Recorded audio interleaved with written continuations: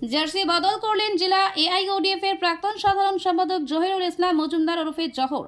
AIUDF ত্যাগ করে বৃহস্পতিবার দলবল নিয়ে হাইলাকান্দি জেলা কংগ্রেস ভবনে গিয়ে কংগ্রেস দলে যোগদান করেন তিনি।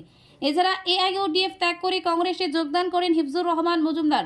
হাইলাকান্দি জেলা কংগ্রেস ভবনে তাদের বরণ করেন জেলা কংগ্রেসের সভাপতি শামসুদ্দিন বড় লস্কর। উপস্থিত ছিলেন হাইলাকান্দি জেলা কংগ্রেসের সাংগঠনিক সাধারণ সম্পাদক মনোজ মোহন দেব সহ প্রমুখ অন্যান্যরা। দৃশ্য SP24 টিভির পর্দায়।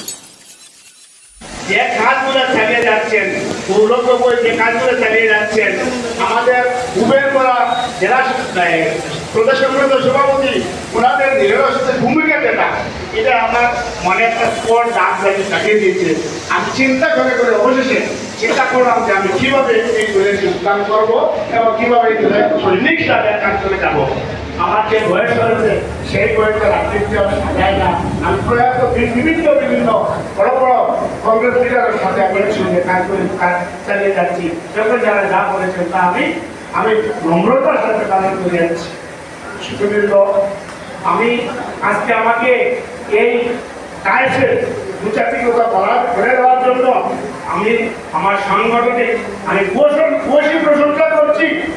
আমি যোগদান করেছি বিগত পার্লামেন্ট ইলেকশনে, আমি আনুষ্ঠানিকতা করিনি, আজকে আমি আনুষ্ঠানিকতা করলাম। আর আমি আনুষ্ঠানিক সম্মান পেয়েছি, এই সম্মান গোটা হাইলাকান্দিবাসীর জন্য এবং আমার হাইলাকান্দি জেলা কংগ্রেসের প্রত্যেক বুদ্ধিজীবীকে আমি আমার মনপ্রাণের শান্তি বর্ষিত করে আমি সবার সুরাকার থেকে ভালোবাসা দিয়ে আমি আমার